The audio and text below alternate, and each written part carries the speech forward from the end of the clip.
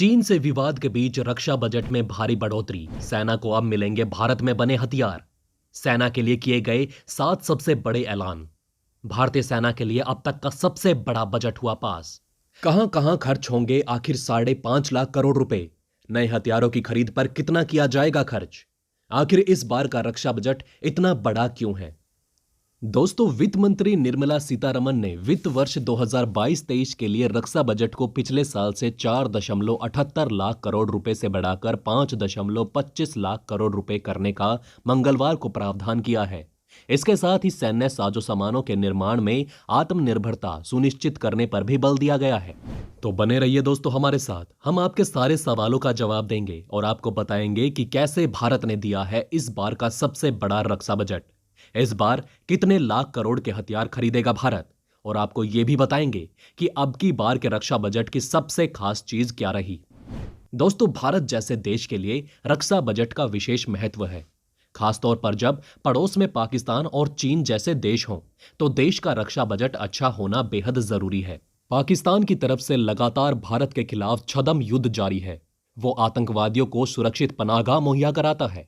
आतंकवादियों को पाल पोसकर पाकिस्तान उन्हें भारत भेजता है ताकि भारत की तरक्की की रफ्तार को किसी तरीके से रोका जा सके। उत्तरी सीमा पर चीन भी भारत के सामने लगातार चुनौती पेश करता रहता है। ऐसे में देश के सुरक्षा तंत्र को मजबूत करने के लिए अच्छे बजट की आवश्यकता है। भारत के पास दुनिया की सबसे बड़ी सेनाओं में से एक है। सेना के जवानों की सैलरी और रिटायर्ड कर्मियों की पेंशन के रूप में भी भारत काफी खर्च करता है। ऐसे में रक्षा बजट का बढ़ना काफी महत्वपूर्ण हो जाता है। वित्त मंत्री निर्मला सीतारमण ने रक्षा बजट के क्षेत्र में निम्न घोषणाएं की हैं। आइए जल्दी से आपको बजट की कुछ मुख्य घोषणाएं बता देते हैं। उसके बाद आपको आसान भाषा में एक एक करके विस्तार से बताएंगे। नंबर 1, रक्षा क्षेत्र के लिए पूंजीगत खरीद बजट का 68% आत्मनिर्भरता को बढ़ावा देने के लिए खर्च होगा। रक्षा उपकरणों के आयात पर निर्भरता को कम करने के लिए घरेलू उद्योग पर निर्भरता बढ़ाई जाएगी। नंबर 2, पूंजीगत बजट पिछले वित्त वर्ष के 58% से बढ़ाकर अब 68% कर दिया गया है। नंबर 3, रक्षा क्षेत्र में केंद्र की मोदी सरकार ने मेक इन इंडिया और मेक फॉर द वर्ल्ड पर जोर दिया है। नंबर 4, इस वित्त वर्ष में मेक इन इंडिया के जरिए इस क्षेत्र के दूसरे विकल्पों को तलाशा जाएगा। नंबर 5, बजट में रक्षा क्षेत्र को मजबूती देने के लिए विकास और अनुसंधान पर विशेष बल दिया गया है। नंबर 6, डीआरडीओ को 25% अधिक धनराशि दी जाएगी। नंबर 7, डीआरडीओ को दी जाने वाली 25% अधिक धनराशि को तेजी से रिसर्च और डेवलपमेंट के लिए कुछ नए आयाम बढ़ाने पर खर्च किया जाएगा। आइए दोस्तों, अब जानते हैं कि अब की बजट में सबसे खास क्या रहा। दोस्तों, डिफेंस रिसर्च एंड डेवलपमेंट यानी कि R&D में प्राइवेट इंडस्ट्री को बढ़ावा देने के इरादे से पहली बार रक्षा बजट में R&D का 25% हिस्सा स्टार्टअप, स्वदेशी इंडस्ट्री और शैक्षिक संस्थाओं को आवंटित किया जाएगा। इस बात की घोषणा खुद वित्त मंत्री निर्मला सीतारमण ने आम बजट पेश करते हुए की है। इस साल रक्षा बजट में 2021-22 के मुकाबले करीब 10% की बढ़ोतरी हुई है। इस साल यानी 2022-23 का कुल रक्षा बजट करीब 5.25 लाख करोड़ है। पिछले साल यानी कि 2021-22 का कुल रक्षा बजट था 4.78 लाख करोड़। इस साल के रक्षा बजट में सेनाओं यानी कि थल सेना, वायुसेना और नौसेना के नए हथियार, सैन्य साजो सामान और अन्य आधुनिकीकरण के लिए कुल कैपिटल आउटलेट रखा गया है 1.52 लाख करोड़। ये कैपिटल आउटलेट पिछले साल के मुकाबले करीब 12% ज्यादा है। पिछले साल पूंजीगत व्यय थी 1.35 लाख करोड़। 68% स्वदेशी हथियारों को किया गया आवंटित। दोस्तों, इस बजट में सबसे खास बात यह है कि इस साल के डिफेंस कैपिटल बजट का 68% स्वदेशी हथियारों के लिए आवंटित किया गया है।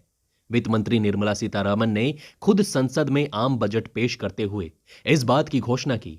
उन्होंने बताया कि पिछले साल यह 58% था। हालांकि पिछले वित्त वर्ष यानी कि 2021-22 में यह 63% था और 2020-21 में यह 58% था। रक्षा मंत्री राजनाथ सिंह ने 68% स्वदेशी हथियारों की खरीद के लिए आवंटित करने पर ट्वीट करते हुए कहा कि यह वोकल फॉर लोकल पुश के अनुरूप है और यह निश्चित रूप से घरेलू रक्षा उद्योगों को बढ़ावा देगा। रिसर्च एंड डेवलपमेंट के लिए कितना है बजट?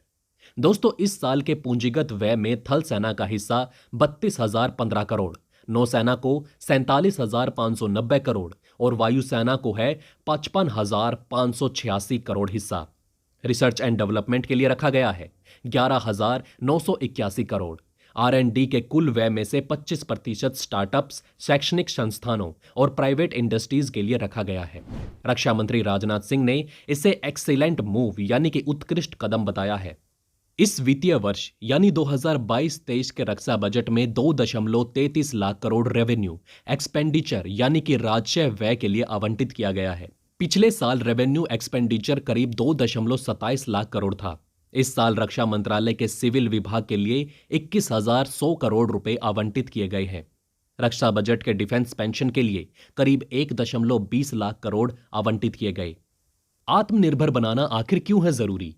दोस्तों, भारत रक्षा साजो सामान का दूसरा सबसे बड़ा आयातक है। कहा जाता है कि जो देश डिफेंस इक्विपमेंट के लिए आयात पर निर्भर रहता है वो कभी भी मजबूत नहीं बन सकता। इसलिए देश के आत्मसम्मान के लिए डिफेंस सेक्टर में आत्मनिर्भरता बनाना बेहद जरूरी है। हाल की सरकार ने कई रक्षा सौदों पर मोहर लगाई है, लेकिन दुनिया की चौथी सबसे ताकतवर सेना के लिए इतने इंतजाम अभी भी नाकाफी हैं। दोस्तों, आपको बता दें कि वर्ष 2021-22 के लिए पूंजीगत व्यय के लिए बजटीय आवंटन 1,35,060 करोड़ रुपए था, लेकिन संशोधित अनुमान के अनुसार 1,38,850 करोड़ रुपए खर्च किए गए। भारत ने मंगलवार को निजी उद्योग के लिए रक्षा अनुसंधान एवं विकास बजट का 25% अलग रखने के अलावा रक्षा क्षेत्र में आत्मनिर्भरता को बढ़ावा देने के लिए स्थानीय रूप से उत्पादित हथियारों और प्रणालियों को खरीदने के लिए 1.3 लाख करोड़ रुपए सेना के पूंजी बजट का 68% निर्धारित किया है। बजट दस्तावेजों के अनुसार राजस्व व्यय के लिए 2,33,000 करोड़ रुपए आवंटित किए गए हैं, जिनमें वेतन भुगतान और प्रतिष्ठानों के रखरखाव पर होने वाले खर्च शामिल हैं। इसके साथ ही रक्षा पेंशन के लिए अलग से 1,19,696 करोड़ रुपए आवंटित किए गए हैं, जबकि रक्षा मंत्रालय के लिए 20,100 करोड़ रुपए अलग किए गए। चीन से सीमा पर बढ़ रहे तनाव के मद्देनजर रक्षा बजट में खासी बढ़ोतरी का अंदाजा लगाया गया था। देश के रक्षा बजट का बड़ा हिस्सा सैनिकों के वेतन और पूर्व सैनिकों की पेंशन में चला जाता है। इसके बाद बची रकम से सेना की सभी जरूरतें पूरी नहीं हो पाती। जहां मोदी सरकार ने रक्षा बजट 10% बढ़ाकर 5.25 लाख करोड़ रुपए कर दिया है, वहीं रिसर्च एंड डेवलपमेंट के लिए 11,981 करोड़ आवंटित किए गए हैं। इस साल रक्षा बजट में 2021-22 के मुकाबले करीब 10% की बढ़ोतरी हुई है। खास बात यह है कि इस साल के डिफेंस कैपिटल बजट का 68% स्वदेशी हथियारों के लिए आवंटित किया गया है। बजट में मेक इन इंडिया का विशेष ध्यान रखा गया है। तो दोस्तों, इस वीडियो में हमने आपको बताया कि वित्त मंत्री निर्मला सीतारमण ने वित्त वर्ष 2022-23 के लिए रक्षा बजट को पिछले साल से 4.78 लाख करोड़ रुपए से बढ़ाकर 5.25 लाख करोड़ रुपए करने का मंगलवार को प्रावधान किया और इसके साथ ही सैन्य साजो सामान के निर्माण में आत्मनिर्भरता सुनिश्चित करने पर बल दिया है। वित्त मंत्रालय निर्मला सीतारमण ने मंगलवार को केंद्रीय बजट संसद में पेश किया। इसमें पूंजीगत व्यय के लिए 1,52,369 करोड़ रुपए अलग रखे गए हैं, जिनमें नए हथियार, विमान, युद्धपोत और अन्य सैन्य साजो सामान की खरीद शामिल है। दोस्तों, आपको क्या लगता है? क्या ये बातें आपको पहले से पता थी? अगर नहीं तो इनमें से कौन सी बात आपको सबसे ज्यादा इंटरेस्टिंग लगी? तो दोस्तों, हमारे इस वीडियो में हमने आपको बहुत सी बातें बताने की कोशिश की। अगर आपको हमारी ये कोशिश अच्छी लगी हो तो प्लीज़ लाइक करें इस वीडियो को और इसी तरह की और जानकारी पाने के लिए सब्सक्राइब करें हमारे चैनल को। जितना हो सके इस वीडियो को शेयर करना ना भूलें। तो दोस्तों, बने रहिए हमारे साथ। जल्द से जल्द हम फिर आपके सामने होंगे एक और इंटरेस्टिंग वीडियो के साथ। धन्यवाद।